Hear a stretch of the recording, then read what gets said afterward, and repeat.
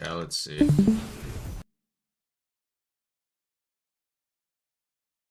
Is this the I think this is the other one. Oh, is this the world we watched yesterday? Yeah, the one we did yesterday. I posted an iron above because I placed like Oh yeah, yeah, yeah. silver. Yeah. Okay, that makes sense. Damn, what is this skin? Be popping skins out left and right. Oh yeah. The mythic one. I was like, I love this. I'm gonna need Riot to unlock that for me real quick. I mean, it's in the mythic shop. Oh, you I can't literally buy it? saw. No, I saw it. I wanted this skin so bad, and that's why, like, partially why I wanted Kha'Zix was because I liked his skins. And I was like, dude.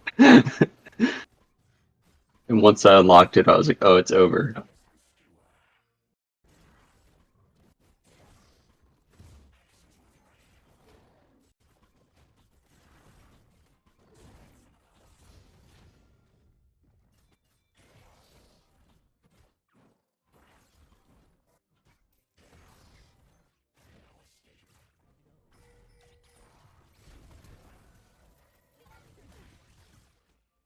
Okay, not bad.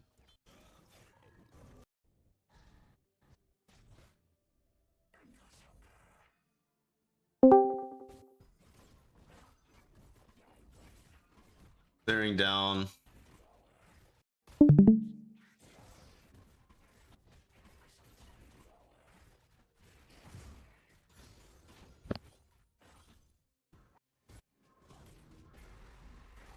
Nice. 6 time in mid. I think he just cancels his own ult. Yeah, I think he did. I was like, how did he just jump out of that? We would have had him. And then he started trying to flame me for it. I was like, Right.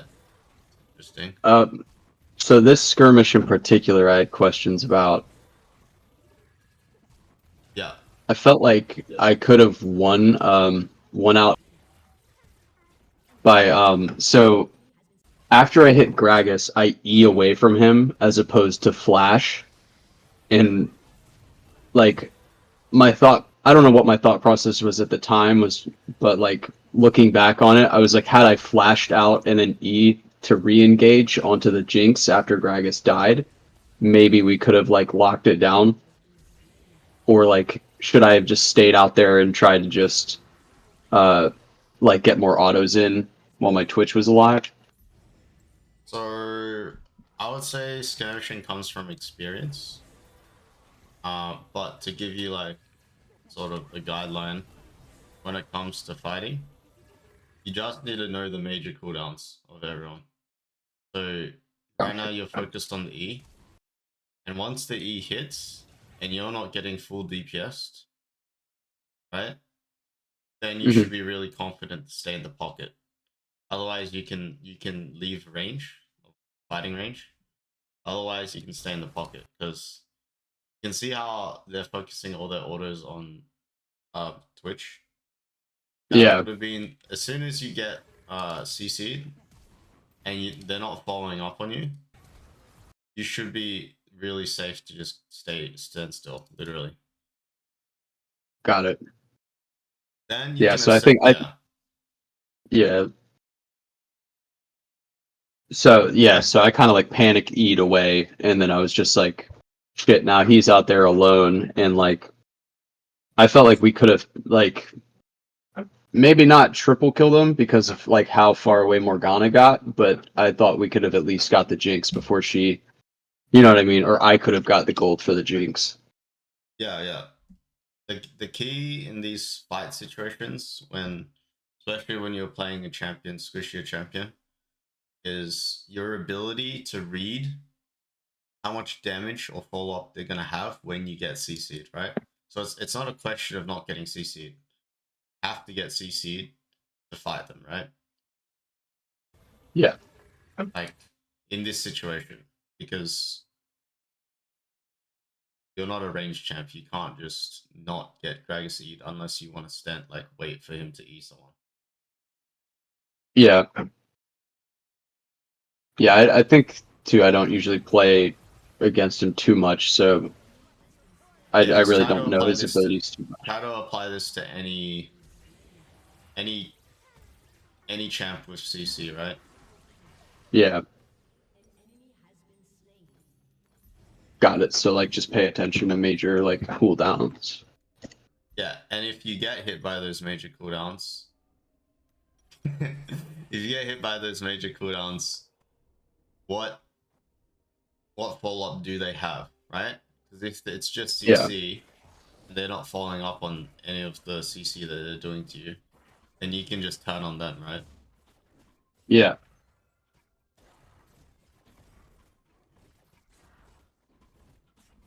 yeah. So also a question I had. So Tryndamere got a kill top, and it wasn't like so. Like he, I mean, you see, he just keeps pinging me to go straight towards him or go straight for Mundo. And I was just my mentality was like I don't really want to sit here and try to like gank a tank. But like as the game progressed, just like Mundo being Mundo, he just got super like annoying and hard to deal with and nobody could really match him. And yeah, I felt like maybe I should have played for top. I wasn't too sure how I should have done it though. But I felt like we were like kind of putting up bot pressure, so I kind of just wanted to keep that up. So for in regards to like, you should be aware that tanks are take a longer time to kill, which means it's going to be less efficient for you to go up there. But Yeah. you also have to keep in mind what's happening in the moment right now, right? Because Uh-huh. remember, that's an abstract idea, right? What you're saying. You're Yeah. talking about like a tank, so therefore it might not be worth your time, right? Yeah. But it depends on the situation. So, for example, here, there's no lane to gank because one, his body language he's respecting, and two, Hmm. he's full HP. But remember at the start of laning phase when you were looking top, he was like literally 20%. So Yeah. he's like he's like very one shotable if you get in range. Now then the problem comes with minion waste, right? Can you actually do you have a wave to actually dive with, or is he in a position which you can freely E on him? Which I'll probably argue no, based on your bot gank. Like you can't just gank bot and then physically teleport top and gank top. So like the timing is Yeah. off. Like the only Yeah. argument would be like to puff top, but um that's if you can predict that they're gonna trade heavy. Got it. So Yeah, I figured. yeah, the main Yeah. takeaway is just like don't tunnel on the idea that he's a tank, but pay attention to the lane and see how much kill pressure you have on him. Got you. Yeah, I figured like during the game I was kind of tunneled in on that idea, but then after like when I was watching, I was like, well, it Tryndamere like especially since he got like uh a kill on him and had like a little bit of gold advantage. I was like, we should both be able to just like do enough damage to him to probably have gotten him down to where like he probably I don't know would have had to play a little differently, but I wasn't too sure.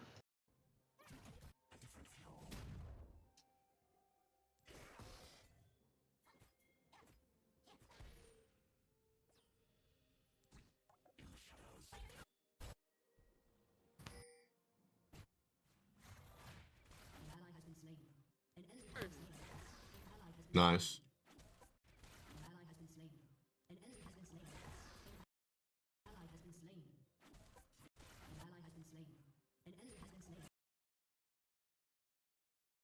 Alright, so this is actually the same concept, right? If he uses his main CC ability Uh-huh. and there's no follow up, that means you have free reign to hit him. Got you. So with a champion like that, like especially like since Jinx just died, their support. I think I thought I saw her, but I thought she was like going away. Yeah, she's So if he were lingering. to CC, yeah, if he were to CC onto me, like, is this a fight I would be wanting to take then? Yes. And the Oh, fact that okay. you dodged it is like even better. Oh yeah. So I okay.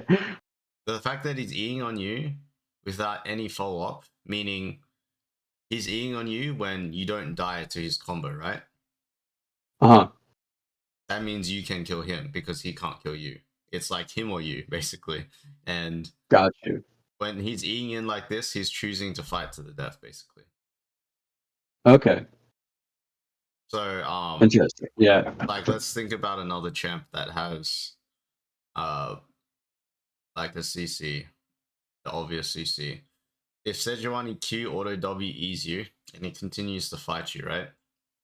Hmm. After he's dashed on you and she's stunned you.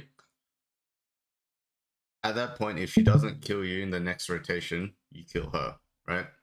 That's just basically how it works because she's got nothing left in the tank, right? Whereas you can just continually keep going because your Q's 3 second cooldown. Yeah. Yeah, that's looking back on it too. Them being like him being isolated here was probably like the most ideal situation. Yeah, him missing the E was perfect. Him missing the E, also you being isolated with him and you not even having to E on him, right? Think about that. So your E is Uh-huh. still available. You can still auto Q, alt auto Q, and then if he has flash, you can just E after, right? Yeah. Got you. Huge missed opportunity there. Yeah, so I don't want you to think of it just Gragas. I want you to think of any champs that have CC in general and they engage on you Yeah. and you're not dead. You should be looking to opportunities to turn on them. Got you.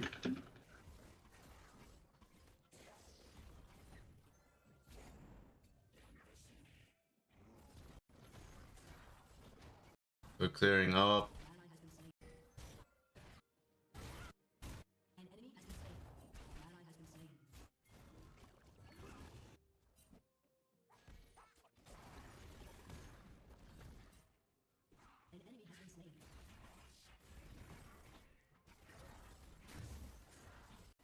Push them out, base, item.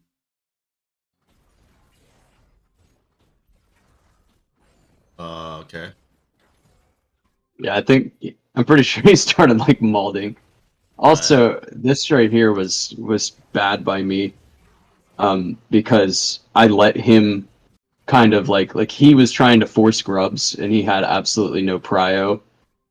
And I mean, for I shouldn't have followed him, let alone like should have maybe just pinged him off of it.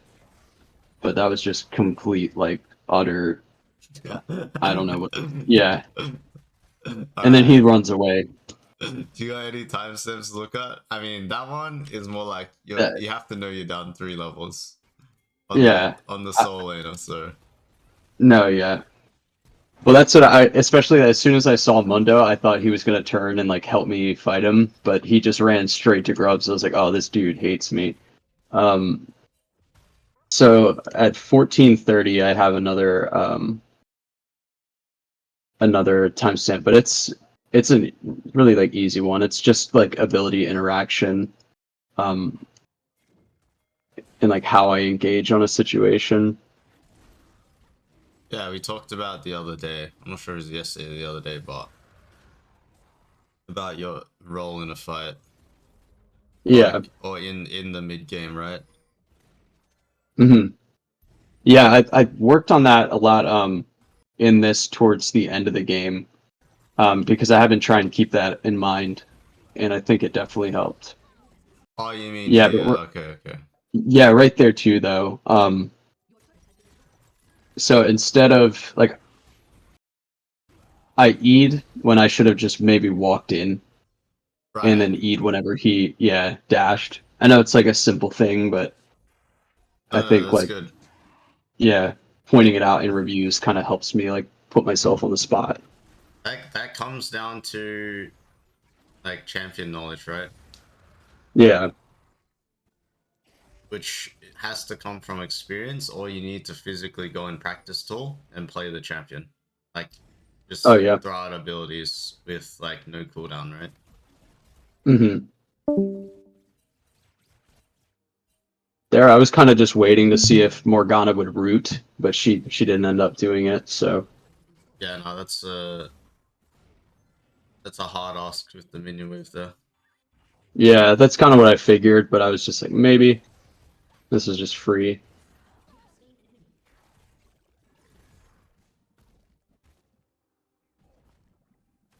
Alright, any other important timestamps you want to look at? 20 minutes, straight at 20 minutes.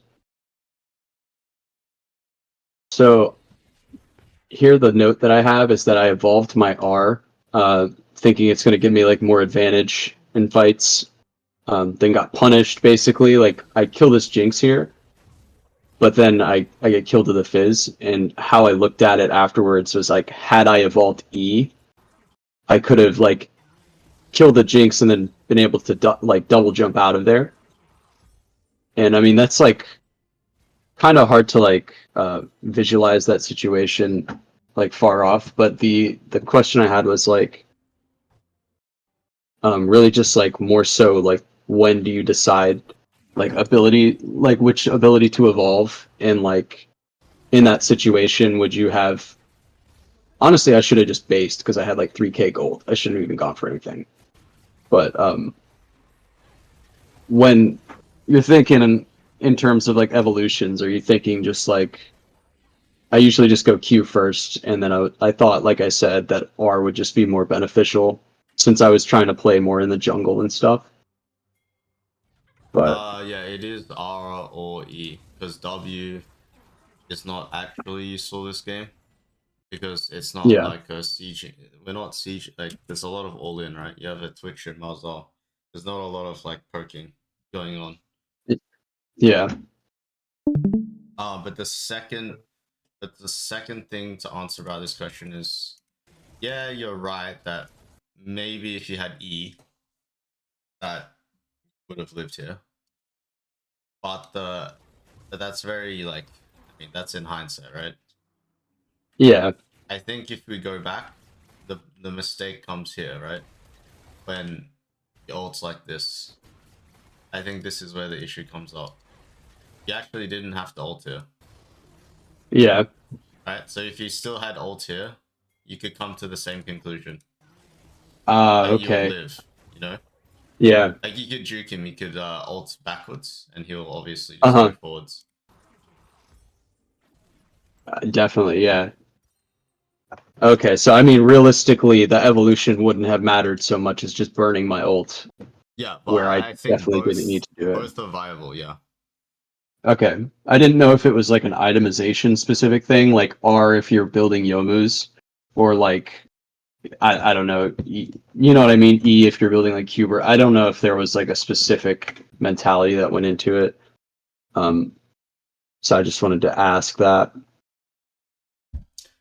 Yeah, and Yeah, I mean, actually, probably not.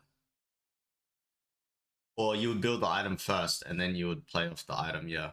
But okay. it's mainly like when you are super confident that um you can jump in and out of a situation, you E, but Uh-huh. otherwise it's probably ult most of the time, to be honest. Got you. Got Yeah, those are all the timestamps I had. Okay. Yeah, Any other questions? a lot. No, just a lot to take from that, honestly. Yeah, I think that'll help your skirmishing a lot, like your confidence. Like Yeah, when you can stand and bang and when you have to actually piece out. yeah.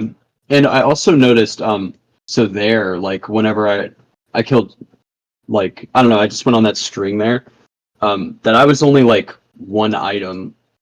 I had opportunity and a dirk, and then I had my boots. But I was like realistically thinking in a game, like once I hit my one item spike, like with Kha'Zix especially, should I be playing like hyper aggressive? Because like I don't know, since I'm still new to him, I don't think I realize like how strong he really is. Yeah, I I yeah. think that's any champion in the game right now. But Oh yeah. that's only if you should play hyper aggressive when you have item advantage, Okay. not when you just have the item. That Got makes you. sense. Because if the other person Yeah. has an item, you just break even, you know? Uh-huh. Got you. Yeah, I was trying to work on that. I felt like I was playing way too passive and just farming a lot of games. So I was like trying to be a little bit more Yeah, it's the um timing that's important when you play aggressive. got you.